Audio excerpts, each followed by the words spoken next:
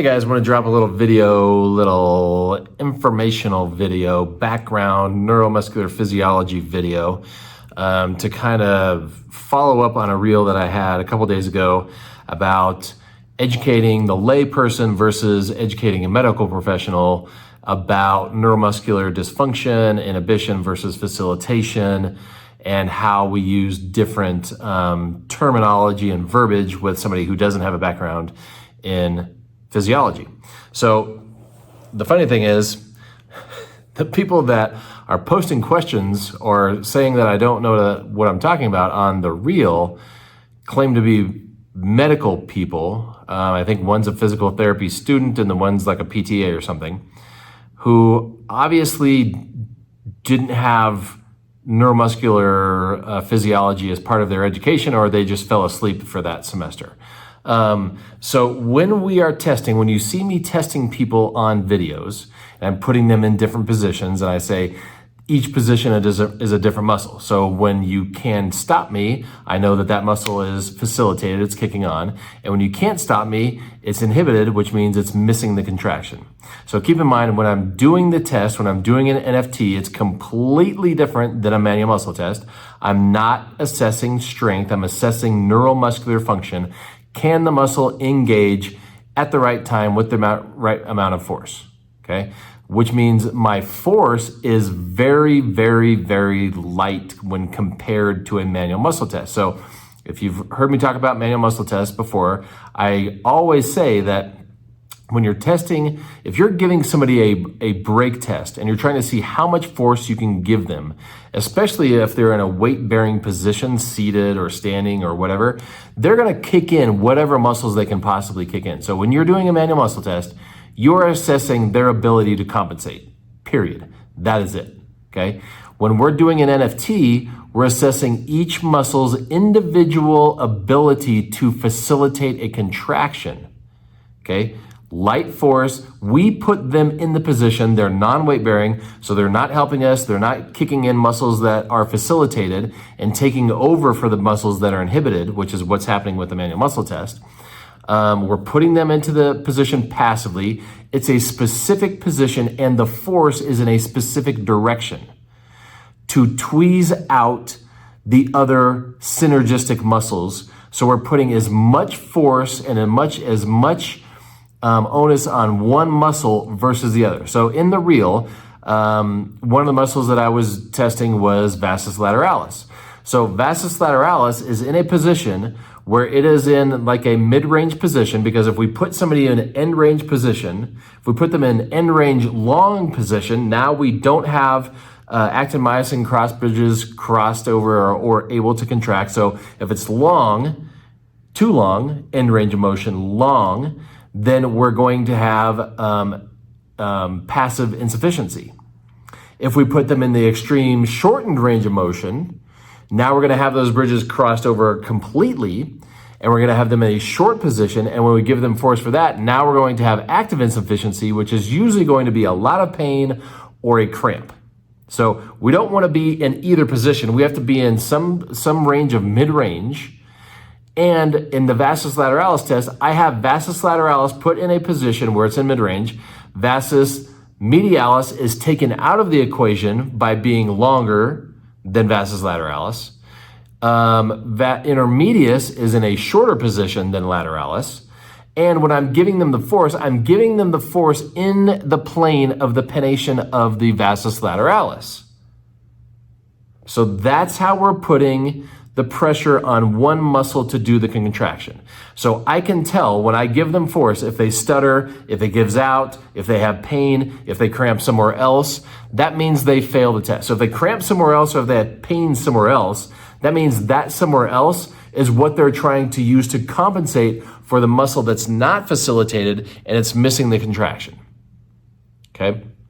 So the thing that people that don't have a grasp of neuromuscular physiology always jump on is, well, you can't make one quad contract more than the other quads because they have the same nerve root. Yeah, you can. This is called how humans function. This is called human function, biomechanics, anatomy, physiology. It's all cooked in there together. That's how people function, okay? So I'm not testing a nerve root. So if they had a nerve root damage, if they had a stroke or a severed spinal cord or something like that, then yes, that nerve root is out, all the quads would be out. Okay, we're not assessing people with nerve root injuries, and we're not assessing them to see if they have a nerve root injury. So let's look at what physiology looks in picture format, okay? So if we have a muscle completely blown up, this is what it looks like. Okay, this is representing your spinal cord. This is how neuromuscular physiology works. Now, understand that these nerves going to this muscle here in this picture is showing you that we're showing you intrafusal, extrafusal muscle fibers. There's a nerve that goes to that. That nerve isn't going, so if this was a picture of, so if this was your vastus lateralis in this picture, the vastus medialis doesn't have this same nerve going to it. Remember, we're not talking about a nerve root. We are talking about individual nerves going to neuromuscular junctions of each individual muscle. So if that neuromuscular junction is not sensitive, if that muscle spindle is not sensitive, if that afferent-efferent pathway is not working correctly, the muscle will miss the contraction. That is the definition of neuromuscular inhibition. Okay? The muscle gets the contraction, facilitation. The muscle misses the contraction, stutters, gives out, waits for somebody else to kick in, inhibition. That's what we are assessing. We're not doing manual muscle tests. We're not trying to see if this person has a severed spinal cord or a stroke. We're assessing neuromuscular junction sensitivity, the nerve-muscle relationship, okay? So from your spinal cord, here's another picture. So here's the spinal cord coming down, nerves are coming down to the muscle, okay? This is after they come off of the nerve roots and get to individual muscles. Okay, so this is neuromuscular physiology. This is what you learn this in school. My bet is you had a class that talked about this, because every time I go over this with PT students and I talk about the law of reciprocal inhibition and I talk about facilitation and inhibition, they say, yeah, well, that was half an hour of physiology class. The most important thing that you should have learned in physiology, they spent a half an hour on. Now, I'm sure you spent a ton of time doing dissection of the brain and the spinal cord and looking at things under microscopes and all the crap that just wastes time so they can just generate more revenue to give you more classes to get more tuition out of you. This is the important stuff that they didn't teach you how to apply. So this is why people aren't understanding this. So the way you apply this is you put muscles in specific positions where those muscles have to do the majority of the contraction to give you a resistance at the right time with enough force. That's all we're testing. And you can do that for individual muscles all over the place. Trust me, I've been doing it for almost 20 years.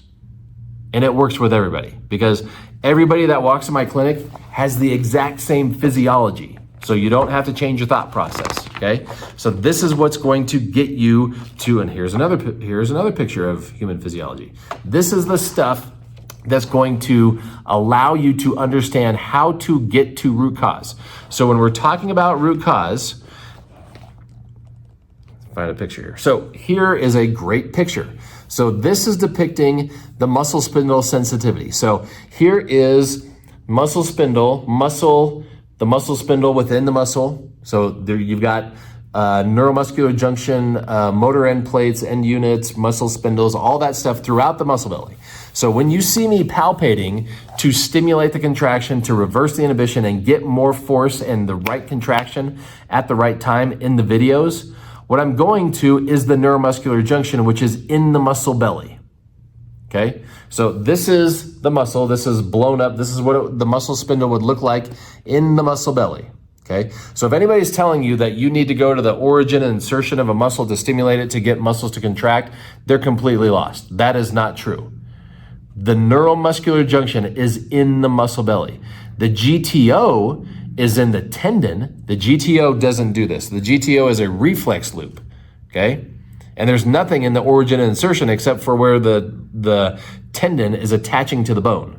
Nothing there. So palpating the origin insertion of something is not going to stimulate a contraction and activate anything. okay? So here's normal, healthy. See this? These lines are representing the stimulation that's going on here, okay? Here is when it gets short, okay? Skip this one. Here's when it gets short, okay? This muscle spindle gets shorter as the muscle belly gets shorter. So remember, muscle spindle is going to do a couple of things. It's going to report the change in length of the muscle through the spinal cord level. That's proprioception. It's also going to report the speed of the change. So you've seen me do this with the TheraBand and the weight. Longer, longer, longer, shorter, shorter, shorter. Longer, longer, longer, longer, shorter, shorter, shorter, shorter, okay? That's what the muscle spindle is doing constantly. Unless we have neuromuscular inhibition, which is this picture. So notice how the muscle belly is getting shorter, but the muscle spindle is not. And now notice how we have a gap in that sensory message to the central nervous system. That's inhibition, okay? So that's what I'm assessing when I'm assessing that vastus lateralis test in the real, okay? That's why I put them in a completely different position for vastus lateralis versus vastus medialis, genu articularis, vastus intermedius, rectus fem. Completely different test for a completely different muscle to assess this at the neuromuscular junction level. This has absolutely nothing to do with nerve roots, okay? Stop missing the boat on this. Apply your knowledge that you have from your neuromuscular physiology course. Now I know, as I said, they didn't cover this because this isn't the important, you're not gonna find this on boards. That's why they didn't cover this and make you understand this and then make you apply this. They should have taught you this, then taught you how to assess this so you can feel this, and then taught you how to reverse that, because that's what you should be doing if you're a doctoral level medical professional. But they didn't teach you that in PT school because it's not on boards. And if it's not on boards, then it doesn't matter. Who cares that you get to the clinic and you can't treat anybody or assess anybody, okay? So that's what I'm doing in those videos. So every time you see me in a video moving people around and giving them force, I'm not doing a manual muscle test. I'm not assessing their nerve root.